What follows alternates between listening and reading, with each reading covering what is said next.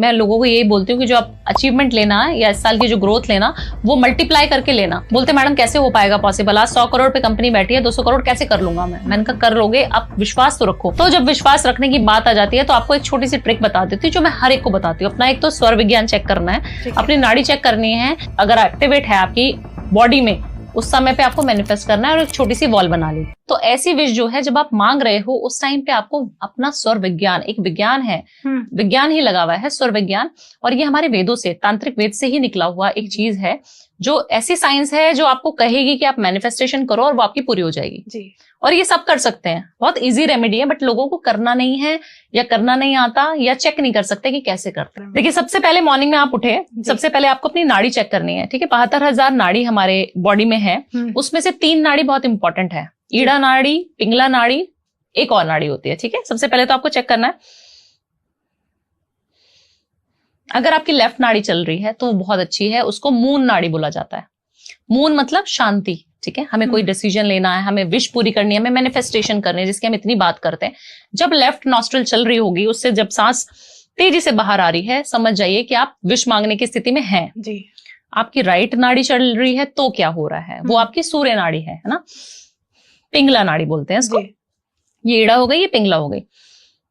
पिंगला नाड़ी चल रही है, इसका मतलब आप स्ट्रेस में हो, एंजाइटी हो रही है, उस समय कोई विश नहीं मांगनी। विश मांगोगे उल्टा हो जाएगा, उल्टा हो जाता है। तो आप विश मांगे जा रहे हो या मैनिफेस्ट कर रहे हो, वॉल लगा दी, मैनिफेस्टेशन वॉल काफी सारे लोग बताते हैं, तो हमने वो तो कर दिया, बट चल रही है हमारी गलत नाड़ी और हम मैनिफेस्ट कर रहे हैं। तो आप ये सोच के करें, जब भी आपकी राइट नॉस्ट्रल चल रही है, आपको कुछ विश नहीं मांगनी, आपको करना क्या है, मेडिटेशन करना है। ओम के ध्वनि आप जाप कर सकते हैं, लंबी सांस लेनी है, डीप ब्रीथ इन आउट, ये करना है बस, है ना।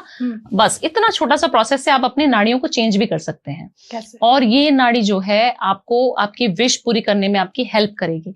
और कहा जाता है एक और चीज छोटा सा है कि जब आपकी लेफ्ट नॉस्ट्रल चल रही है तो आपको लेफ्ट पैर नीचे रखना चाहिए जब मॉर्निंग में उठे, और अगर राइट नॉस्ट्रल चल रही है तो आपको राइट पैर रखना है।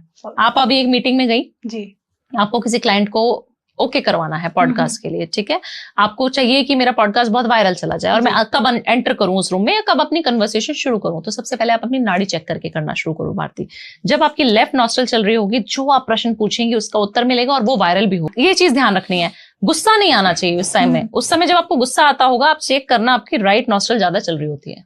कभी कभी दोनों ही नॉस्ट्रल चल रही होती है, आपने नोटिस किया होगा, तो वो क्या है मैम? उस समय पे भी आपको कोई डिसीजन नहीं लेना।